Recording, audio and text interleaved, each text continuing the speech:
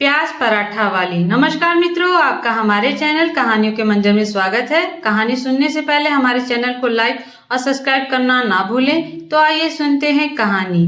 बीना और चंदर आजादपुर मंडी में साफ सफाई और मेहनत मजदूरी करके अपना पेट पालते थे। शादी के तकरीबन 2 साल बाद बीना गर्भवती हुई। दोनों ही पति पत्नी इस बात से बहुत खुश थे और बेसब्री से नए मेहमान के आने का इंतजार कर रहे थे, लेकिन होनी को शायद कुछ और मंजूर था। एक शाम जब दोनों काम करके लौट रहे थे तो रास्ते में रेल पटरी क्रॉस करते वक्त चंदर का पैर पटरी में फंस गया। चंदर, अरे अरे मेरा पैर। बीना, अरे क्या हो गया जी, जल्दी जल्दी पैर निकालने की कोशिश कीजिए। चंदर कोशिश तो कर रहा था लेकिन पैर नहीं निकल पाया। बीना भी उसकी मदद करने की कोशिश करती रही लेकिन उसका पैर बाहर नहीं निकल पाता। तभी उन्हें ट्रेन की आवाज आती है। बीना, जल्दी कीजिए जी, ट्रेन आ रही है। चंदर, मुझे लगता है कि मेरा जाने का वक्त आ गया है। तुम जाओ यहाँ से और मेरे बच्चे का ध्यान रखना। मुझे अभागे को अपने बच्चे का मुंह देखे बिना ही इस दुनिया से जाना होगा। बीना, नहीं ऐसा मत कहिए जी, मैं आपके बिना कैसे रह पाऊंगी। मैं भी आपके साथ इसी पटरी पर अपनी जान दे दूंगी। चंदर, नहीं, हमारे बच्चे के लिए तुम्हें जीना होगा बीना। अब जाओ यहाँ से, तुम्हारे हमारे होने वाले बच्चे की कसम। बीना पटरी से दूर जाती है। तभी ट्रेन चंदर को छूती हुई निकल जाती है और चंदर की मौत हो जाती है। बीना की आंखों के सामने उसके पति की मौत हो जाती है। एक ही पल में उसकी हंसती खेलती दुनिया उजड़ जाती है और वह विधवा बन जाती है। चंदर के जाने के बाद बीना बिल्कुल अकेली हो गई। अब वह अकेले ही मंडी जाती और मेहनत मजदूरी करती और उससे जो कमाई होती उससे अपना पेट भरने लगती। एक दिन बीना ने घनश्याम को कुछ प्याज फेंकते हुए देखा। बीना, अरे घनश्याम भैया, ये आप क्या कर रहे हैं। घनश्याम, कुछ नहीं बहन, जो प्याज खराब हो गए हैं उन्हें अलग करके फेंक रहा हूँ। बीना, भैया अगर आपको प्रॉब्लम ना हो तो ये प्याज मुझे दे दीजिए, ये मुझे गरीब के काम आ जाएगी। घनश्याम, लेकिन बहन इस आधे सड़े हुए प्याज का आखिर तुम क्या करोगी। बीना, वो मैं तुम्हें बाद में बताऊंगी, फिलहाल आप ये खराब प्याज मुझे दे दीजिए। घनश्याम, ठीक है बहन, ले जाओ, वैसे भी ये मेरे किसी काम के नहीं है। इसके बाद बीना उन प्याजों को एक थैले में भर लेती है और शाम को अपने साथ घर ले आती है। वह कुछ प्याजों को अलग करके रख लेती है और उनकी हालत ज्यादा ही खराब थी, उन्हें अपने घर के बाहर बनी क्यारी में बो देती।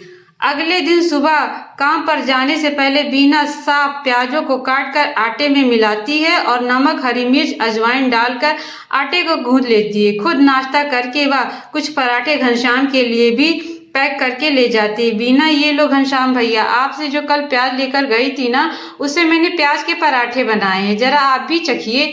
घनश्याम, बीना बहन, तुम इतने प्यार से प्याज के पराठे बनाकर लाई हो तो खाकर देखता हूँ। बीना के हाथ के प्याज के पराठे घनश्याम को बहुत पसंद आए। कुछ समय ऐसे ही बीत जाता है। बीना को अब 7वां महीना लग गया था, जिसे वजह से वह मजदूरी पर नहीं जा पा रही थी। इसके कारण उसके घर में खाने पीने की तंगी हो गई थी। एक दिन जब वह खाना बनाने जाती तो देखती कि राशन के सभी डिब्बे खाली हैं। बीना, हे भगवान, एक बार तो मैं भूखी रह लूंगी, लेकिन मेरे अंदर पल रही नन्ही जान कैसे भूखी रहेगी। इस हालत में तो कोई मुझे काम भी नहीं दे रहा।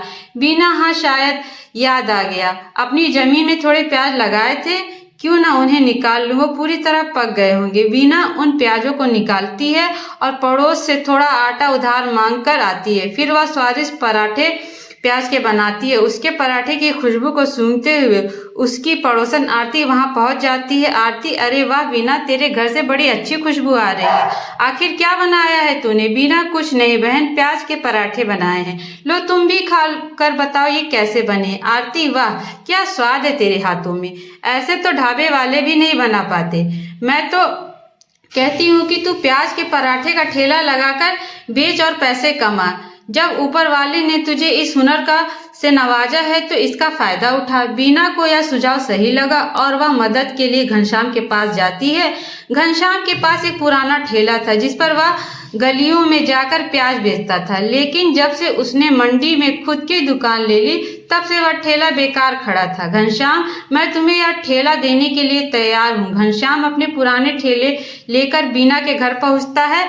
घनश्याम, ये लो बहन, इसकी मरम्मत करवा दी मैंने, अब तुम इसका इस्तेमाल कर सकती हो। बीना, आपका बहुत बहुत शुक्रिया घनश्याम भैया, आपका यह एहसान मैं कभी नहीं भूलूंगी। अगले दिन सुबह जल्दी उठकर बीना सारी तैयारी कर लेती है और मंडी में जाकर अपने प्याज के पराठों का ठेला लगाती है। लेकिन काफी देर तक जब कोई ग्राहक नहीं आता तो वह सोचती है, बीना, हे भगवान, दिन ढलने को आ गया लेकिन अभी तक एक भी ग्राहक नहीं आया। अगर ऐसे ही चलता रहा तो मैं अपने होने वाले बच्चे को क्या खिला पाऊंगी। लगता है अब बिजनेस चलाने के लिए कोई तरकीब लगानी होगी। वह तय करती है कि कम दाम में पराठे बेचेगी। बीना, एक बार मेरे पराठे का स्वाद सबकी जुबान पर चढ़ गया तो वो कहीं और जा ही नहीं पाएंगे।